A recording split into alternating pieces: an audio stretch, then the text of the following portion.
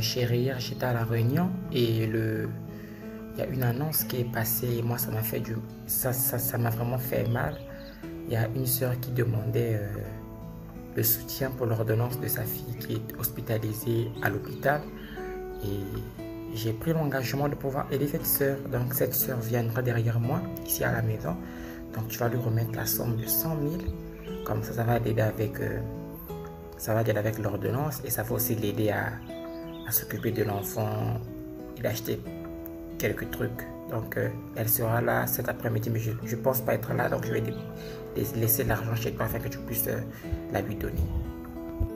Ah ça, et tu m'en parles que ce matin? Non, non, non, non, non, John, on doit bien gérer notre argent. On doit tellement bien gérer ça. On a tellement souffert, hein. Les gens se sont moqués de nous, les gens ont hué sur nous, les gens nous ont insultés. Donc je refuse de retourner dans la galère après. L'argent là. Et pourquoi tu vas lui donner l'argent? Dis-moi un peu. Hein? L'ordonnance c'est combien? L'ordonnance, j'ai bien lu, l'ordonnance c'est 25 000. Tu vas lui donner 100 000 pour faire quoi? Non, non, non, non, je ne suis pas d'accord. Tu ne vas rien donner. Si elle vient ici, je vais dire que mon mari n'a pas d'argent, c'est tout. C'est tout. On ne peut pas gaspiller l'argent n'importe comment. On a une maison à changer, une nouvelle maison à changer. On doit avoir une voiture qui va nous permettre de nous transporter. On doit avoir toutes ces choses-là. Donc je dis non, c'est non, c'est non. Tu ne donnes pas l'argent à cette sœur.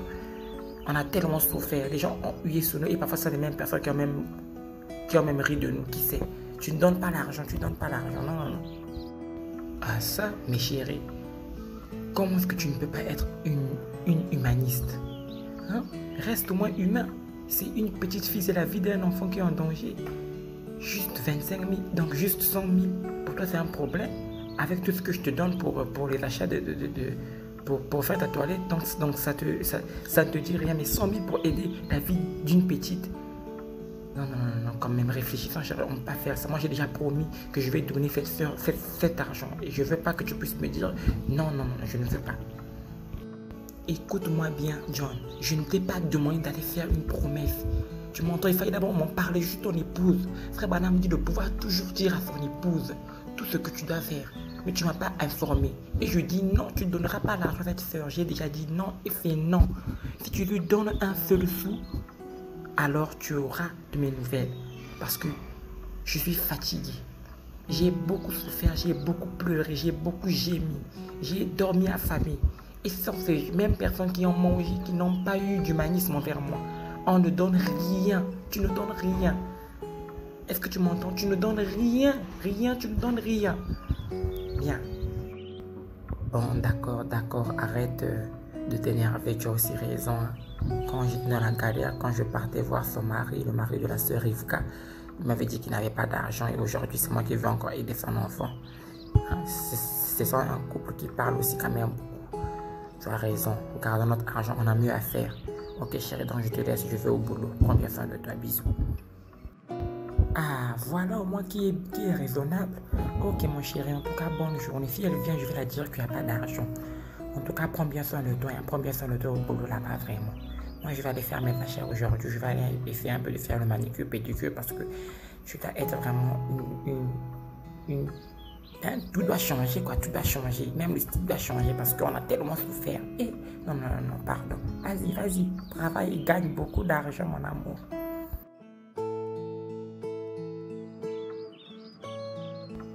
Shalom, ma soeur, s'il te plaît, parle un peu vite parce que moi, je dois sortir. Je dois aller faire mes courses. Donc, qu'est-ce qui t'emmène? Shalom, sœur Nora. Je suis juste venue parce que le diacre m'avait dit que le frère John avait promis payer l'ordonnance pour l'hôpital, pour ma fille. Donc je suis venue à la maison parce qu'il m'avait dit de passer ce matin pour prendre l'argent.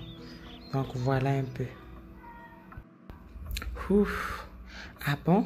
Ah, en tout cas vraiment nous aussi, si ça galère, hein?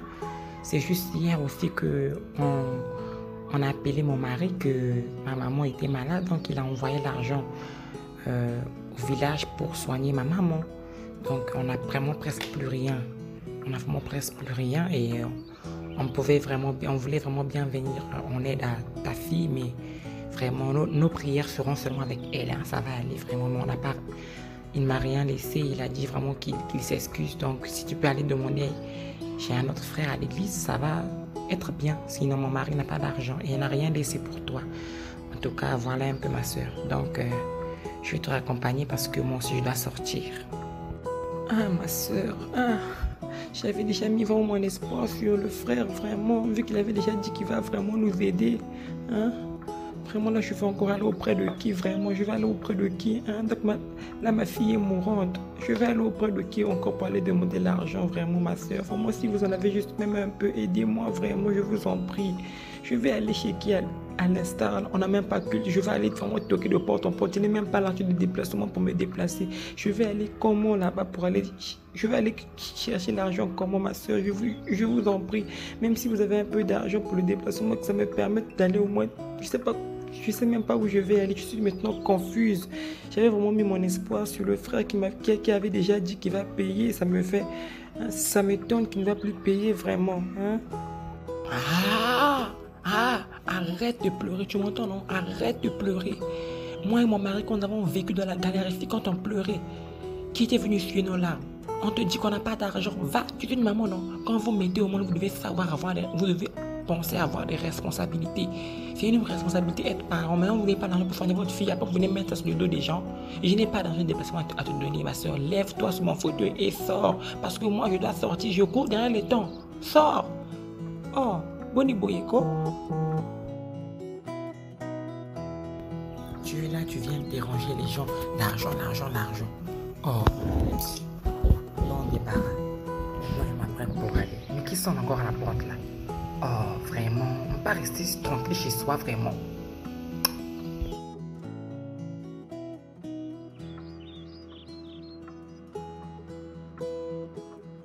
S'il te plaît, Bénédicte, je ne sais pas qui t'a invité chez moi. Je ne sais même pas qui t'a montré ma nouvelle maison. Hein? Qui t'a invité chez moi? Tu viens sans invitation, tu viens sans rendez-vous et tu penses que je vais te recevoir? Moi, je suis prête à sortir, ma soeur, je t'en supplie. Moi, je m'apprête à sortir. J'ai déjà assez vu depuis toute cette journée. Les gens ne font que venir me voir pour des raisons bêtes. Moi, je sors, j'ai affaire. Ah, ça, ma soeur, tu as vraiment changé? Toi et moi, nous étions les meilleures sœurs. Hein? Nous sommes toujours les meilleures sœurs. Pour moi, tu es ma soeur, mais pour toi, on dirait que je ne le suis plus. Donc, parce que Dieu t'a béni, tu as maintenant une belle maison. Vous avez tout changé, tu changes aussi même tes amis, ma soeur. Regarde comment est-ce que tu es devenue. Tu te maquilles même. Regarde comment est-ce que la beauté est en train de t'emmener. Reviens à la Nora que nous avons connue. Quand Dieu élève, ma soeur, on doit toujours être humble. On doit toujours rester tel que nous sommes. Pourquoi vouloir être dans la peau qui ne t'appartient pas? Pourquoi l'orgueil? Donc, ça veut dire que moi, je suis devenue une espèce de vieillerie. Donc, tu dois me changer pour les nouvelles sœurs et les nouvelles amies. C'est pas grave. Je suis juste venue te voir. Comment est-ce que tu vas? Écoute-moi bien. Ne viens plus jamais chez moi pour me faire la morale, ok? Sors de ma maison. Sors de ma maison. Et oui, tu as bien compris.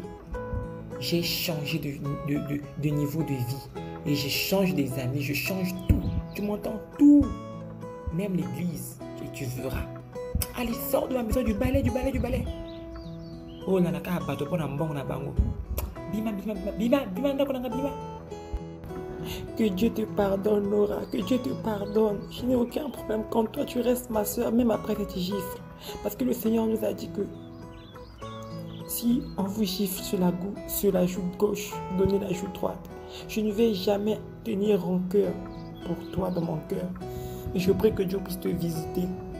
Sois humble. Sinon, quand Dieu va te rabaisser, ma soeur, tu n'auras même plus le temps de pouvoir.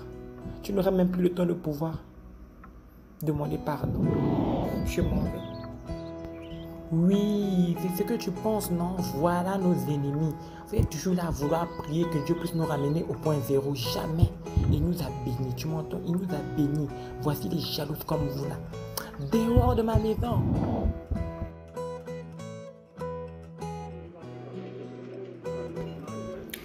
John, merci beaucoup de m'avoir emmené dans ce restaurant tellement chic. Merci beaucoup, mon chéri. Mais j'aimerais te parler de quelque chose qui me dérange vraiment. Ne trouves-tu pas qu'on devait vraiment changer aussi d'église, hein? On doit changer d'église, chérie. Ce n'est plus de notre niveau dans une église là où il y a des tôles. Nous devons aller là où c'est déjà construit, là où c'est propre. Avec notre voiture, on descend et c'est bien. Nous sommes des gens de la haute société, les gens te visitent, les gens doivent connaître que là où tu pries. Ça fait quand même honte que tu expliques. Non, c'est dans un quartier là où il y a les Mabodo, là où il y a beaucoup de boue. Hein? S'il te plaît, chérie, vraiment, excuse-moi. Vraiment, si tu me dis qu'on change d'église, je serai la femme la plus heureuse ce soir. Mais si tu dis non, vraiment, je serai tellement triste. J'aime ce pasteur, mais vraiment, on doit quitter.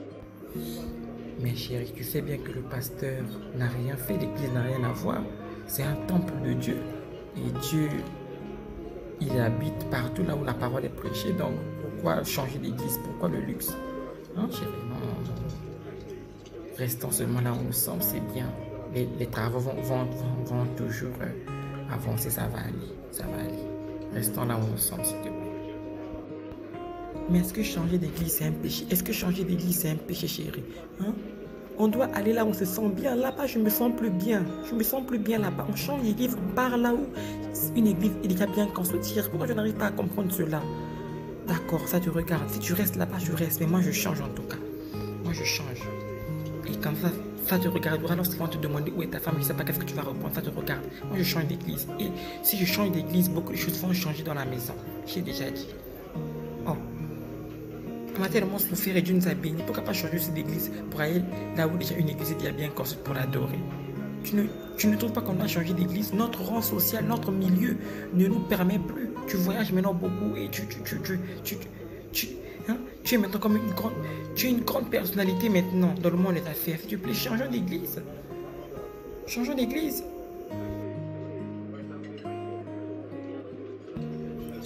Ne t'inquiète pas, chérie. Tu as parfaitement raison.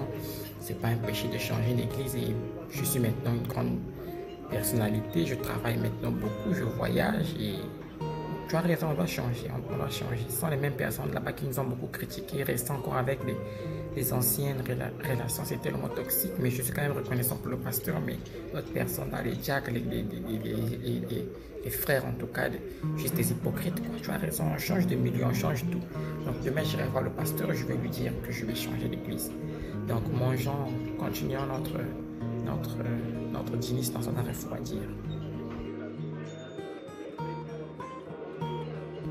Merci beaucoup, mon chéri. Oh, vraiment, je suis tellement contente d'avoir un homme comme toi. Tu es tellement beau, tellement intelligent, tellement compréhensible. En tout cas, merci beaucoup. Allez, mangeons, profitons. Donc, demain, tu vas aller voir le pasteur. Donc, tu lui dis qu'on ne sera plus là-bas. Et c'est OK. Parfait en tout cas.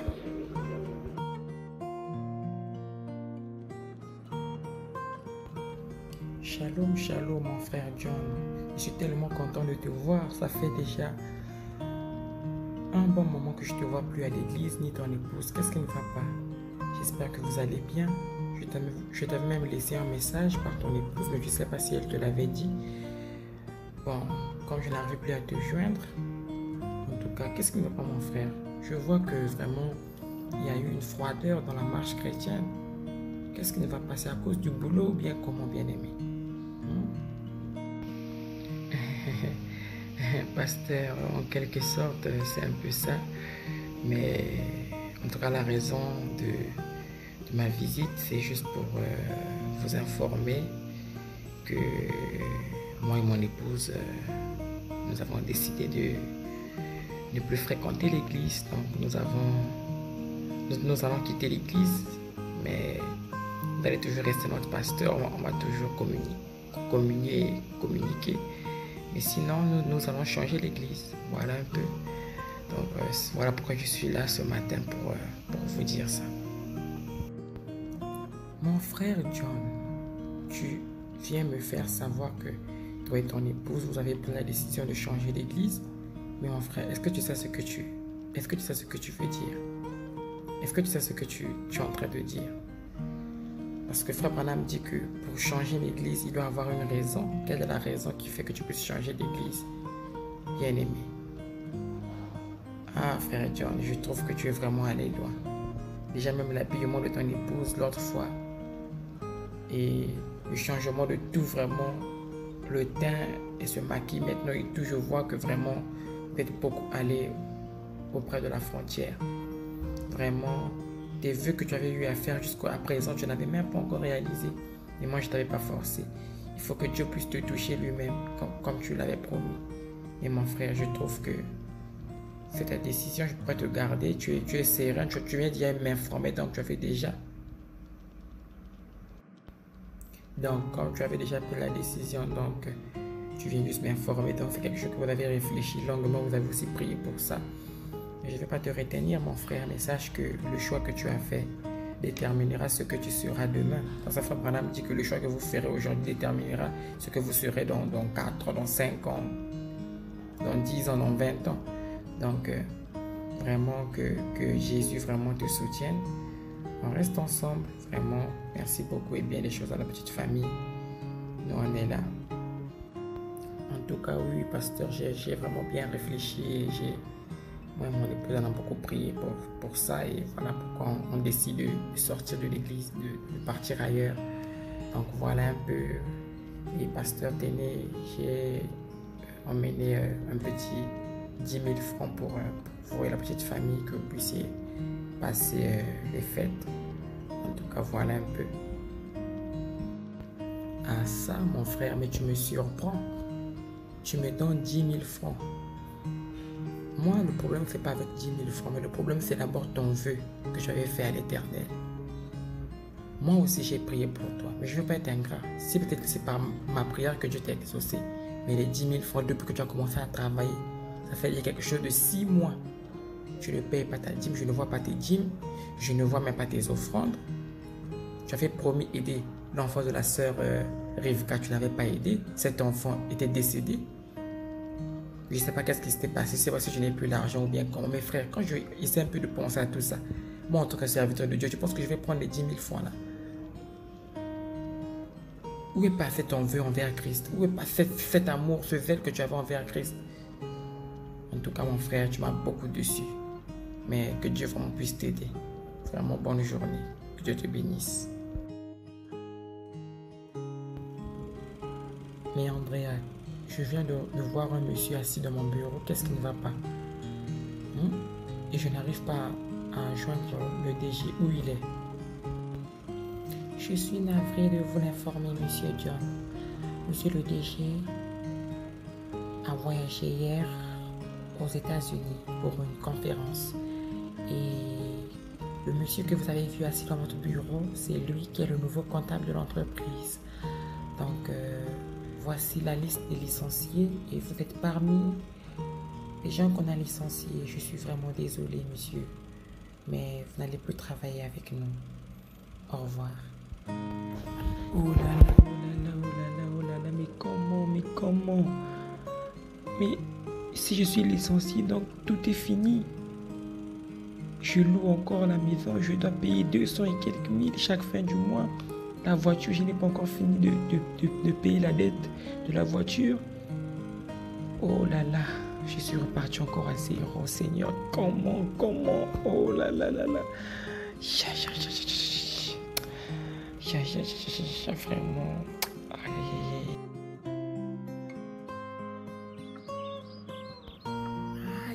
Mais qu'est-ce qui ne va pas chez toi, John? Tu quittes je ne sais où et tu viens comme ça pour venir me pousser. Qu'est-ce que je t'ai fait? Hein? Qu'est-ce que je t'ai fait? Dis-moi. Et c'est l'heure de rentrer à la maison. Dis-moi, qu'est-ce que je t'ai fait? Mais ça ne marche pas. Ou comment? Qu'est-ce qui ne va pas? Tu as des problèmes? Écoute-moi bien. C'est à cause de toi que je viens de perdre mon emploi. C'est à cause de tes faux conseils. On a vécu dans le luxe cette maison. Est-ce toi qui vas la payer encore? Hein? Les nouveaux vêtements, c'est fini. On retourne dans la galère. Tu m'entends, madame? On retourne dans la galère. C'est à cause de toi que j'ai tout perdu. Dieu nous a bénis, mais je n'ai rien fait de cette bénédiction que de pouvoir s'acheter de nouveaux vêtements, changer de vie. Et tout ceci, ça nous apportait quoi? Que la rancœur. Tout ceci nous apportait quoi? Que les pleurs maintenant. Voici que je ne travaille plus. On m'a licencié, madame. Et on va savoir, toi et moi, comment on fait pour travailler de l'argent dignement et pour pouvoir... j'ai même honte de pouvoir même repartir chez le pasteur qui puisse prier pour moi à cause de toi. Une femme insensée. Écoute-moi bien, John.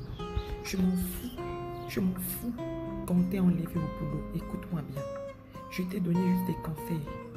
Et tu les as tous suivis. Est-ce de ma faute? Est-ce de ma faute si tu n'as pas payé tes dîmes? Est-ce de ma faute?